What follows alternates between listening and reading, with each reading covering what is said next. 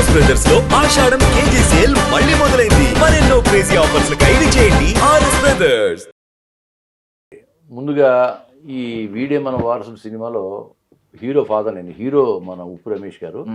Hero కాదు, ఆయన hero, producer, director, తర్వాత కథకుడు, మాటల రచయిత, లిరిక్ రాసింది ఆయనే, మొత్తం ఆయనే, కంప్లీట్గా ఆయనేను. మంచి భగవంతుడు ఇచ్చిన ఉద్వత్ అది. అయితే అతను ఒకసారి నాకు ఫోన్ చేశాడండి. ఫోన్ చేసి, అతను అంతకుముందు నాకు తెలియదు ఎవరు అతను.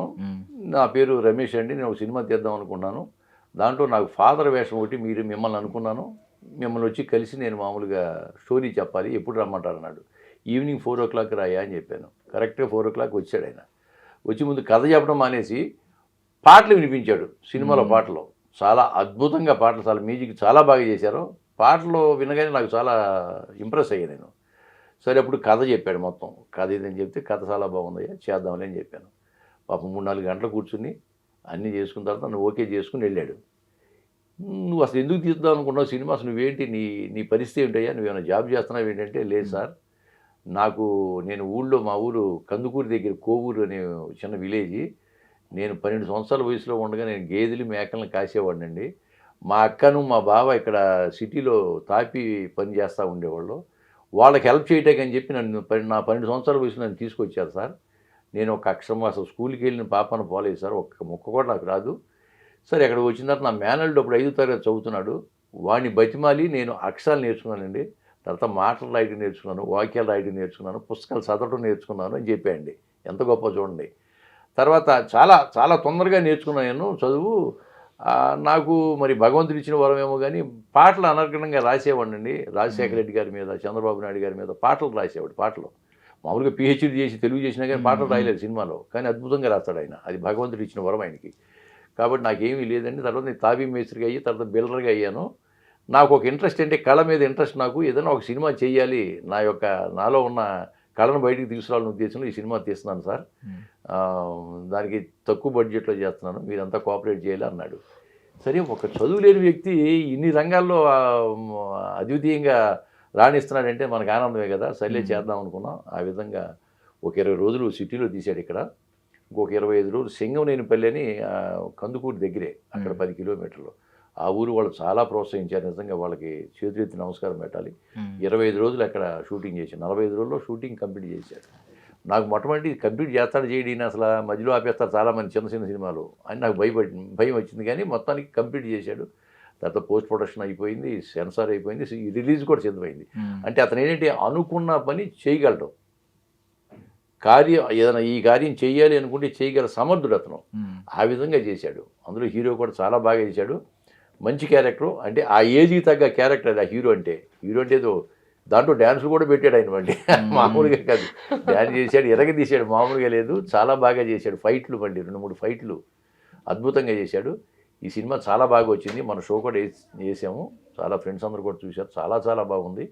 రేపు 18వ రిలీజ్ అయిన తర్వాత ఆ సినిమా బాగా సక్సెస్ అవ్వాలని, మా టీం మొత్తానికి మంచి పేరు రావాలని, అలాగే డబ్బులు కూడా మంచి కనక వర్షం కురవాలని. ఎందుకంటే ఆ సినిమా మంచి డబ్బులు వచ్చినాయి అనుకోండి, మళ్ళీ వేరే కథ రెడీ చేసి పెట్టాడు ఇప్పుడు ఆల్రెడీ.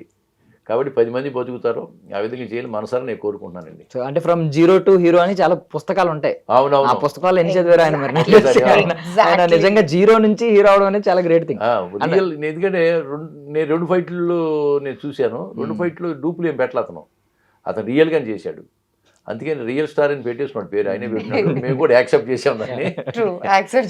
చేశాడు. ఓ డ్యాన్స్ ప్రోగ్రామ్ అదిరిపోయి డ్యాన్స్ ఒకటి మంచి డ్యూయట్ పెట్టాడు. దాంట్లో ఒక పాట తాత మనవడికి, వీడు నా మనవడు, మీ ఇద్దరికి అద్భుతమైన పాట ఉంది కదా, తాత మంచి తాత మంచి పాట, చాలా మంచి పాట. చాలా హిట్ అయింది పాట, అది చాలా హిట్ అవుతుంది కూడా. అది మా ఇద్దరికి చాలా బాగా ఉంది. జనాలు కూడా బాగా లైక్ చేస్తారు ఆ పాటను, మాత్రం డౌట్ లేదు. సినిమా సూపర్ డూపర్ హిట్ అవుతుందని బాగా ప్రగాఢ నమ్మకం నాకైతే. So Advitej, so first of all కాదు అన్నాను బిలు. ఓకే, సో ఏంటి మీ తాతగారు ఏమన్నా గుర్తొచ్చారా? మీ రియల్ తాతగారు అంటే నువ్వు తాత అని పిలిచి అలవాటు అయిపోయి ఉంటుంది. ఇంకో సినిమా కూడా ఏదో చేస్తున్నావు అనుకుంటా కదా ఇద్దరు కలిసి. సో బాండింగ్ ఎక్కువ, కనెక్షన్ ఎక్కువ ఉంటుంది కదా. సో ఏమన్నా మీ తాతగారు నిజంగానే మీ తాతగారులా అనిపించడం ఇలాంటి ఏమన్నా అనిపించిందా?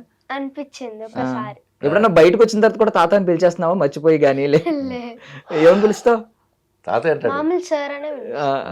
ఆయన తాత అని పిలవద్దు నేనంట. సార్ అంటే వద్దురా, సార్ ఏంటి అంట నేను. ఎక్స్పీరియన్స్ చెప్పు అక్కడ సైక్లింగ్. అక్కడ సైక్లింగ్ ది ఉండే హార్స్ ఒక సీన్ ఉంటది. నువ్వు హార్స్ రైడ్ చేస్తావా? ఆహా సార్ ఇట్లా హార్స్ లెక్క ఉంటాడు. ఓకే, నువ్వు తాత మీద ఎక్కి చిన్నప్పుడు మన వాళ్ళని ఆడిస్తా ఉంటారు. ఆటలాడించడం. ఓకే. దాని తర్వాత ఫామ్ లో చిన్నప్పుడు ఏమన్నా ఇలా ఆడుకున్నావా? మీ తాతగారు ఎవరైనా ఎక్కించుకుని ఇలా తిప్పించిన ఏమైనా సందర్భాలు ఉన్నాయి? ఫోన్లో అవి మిస్ అయినాయి, ఇప్పుడు వచ్చినాయి కదా. Okay okay. సో ఇప్పుడు మీ మమ్మీ ఉన్న సినిమాల్లో చాలా సినిమాల్లో ఉంటావు, ఇద్దరు కలిసి యాక్ట్ చేశారు. మీ మమ్మీ లేని సినిమాలు కూడా కొన్ని ఉంటాయి. నీకు మీ మమ్మీ సెట్స్ లో ఉంటే కంఫర్టబుల్ గా ఉంటుందా? సెట్స్ లో లేకపోతే బాగుంటుందా? ఉంటేనే సార్. మమ్మీ ఉంటే నాకు కొన్ని అడ్వైస్ ఇస్తుంది. ధైర్యం. ఎందుకు అలా వద్దు, మమ్మీ లేకుండానే అంటే నువ్వు కొంచెం అల్లరి చేసినా అడిగే వాళ్ళు ఉండరు, ఇప్పుడు గారాబంగా చూస్తారు. అదే మమ్మీ ఉన్నారనుకో అనరా? మమ్మీ కంట్రోల్ చేయాలి. అంత స్ట్రిక్ట్ గా సార్ అంటే ఓన్లీ అడ్వైజ్ ఇస్తాను నాకు, నేను చూసుకుంటది. సెట్ లో ఎట్లా అని కూడా చెప్తాను మమ్మీ. చెప్పారు ఎవరైనా కాంప్లిమెంట్స్ ఇచ్చారా మమ్మీ కంటే నువ్వు ఇంకా బాగా యాక్ట్ చేస్తావు అని? ఇచ్చారా? మమ్మీ ఏం మరి బాధపడలేదా? జెల్లస్ ఫీల్ అవ్వడం?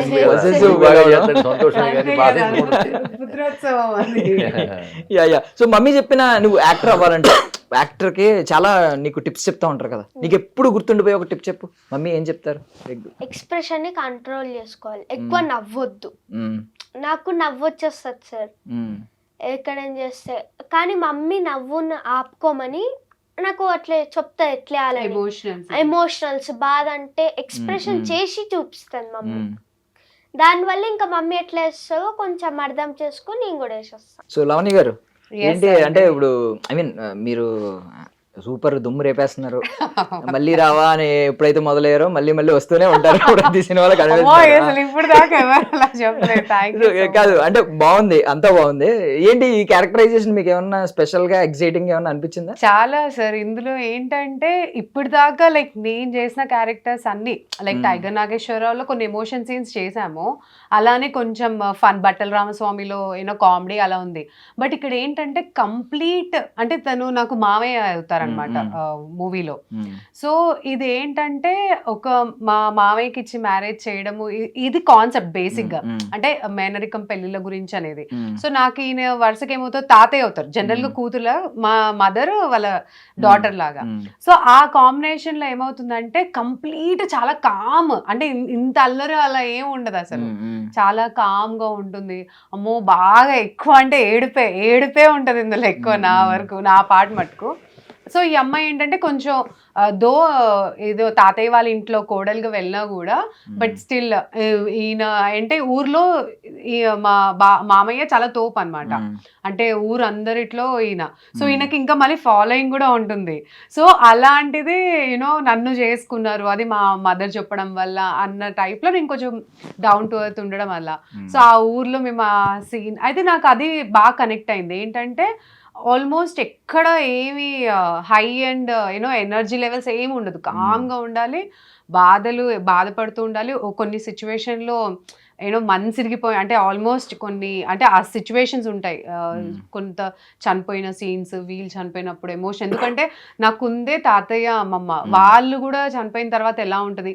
సో ఆ ఎమోషన్ సీన్స్ అన్నిట్లో అది నాకు చాలా కనెక్ట్ చేసింది. లైక్ ఆయన నరేట్ చేసేటప్పుడు సరే ఇది బాగుంది, మనం ఇప్పుడు దాకా ఇలా చేయలేదు, అండ్ దట్టు అన్ని ఎమోషన్స్ ఉన్నాయి. సో ఇదైతే మనకి కొంచెం లైమ్ లైట్ ఉంటుంది, బాగుంటుంది. ఒక ఇలా జనాలకు చూపించవచ్చు, ఓకే ఈమె ఎప్పుడు కామెడీ అండ్ ఇదే కాదు, ఎమోషనల్ సీన్స్ కూడా బాగా చేస్తుంది అనే నమ్మకం అనమాట.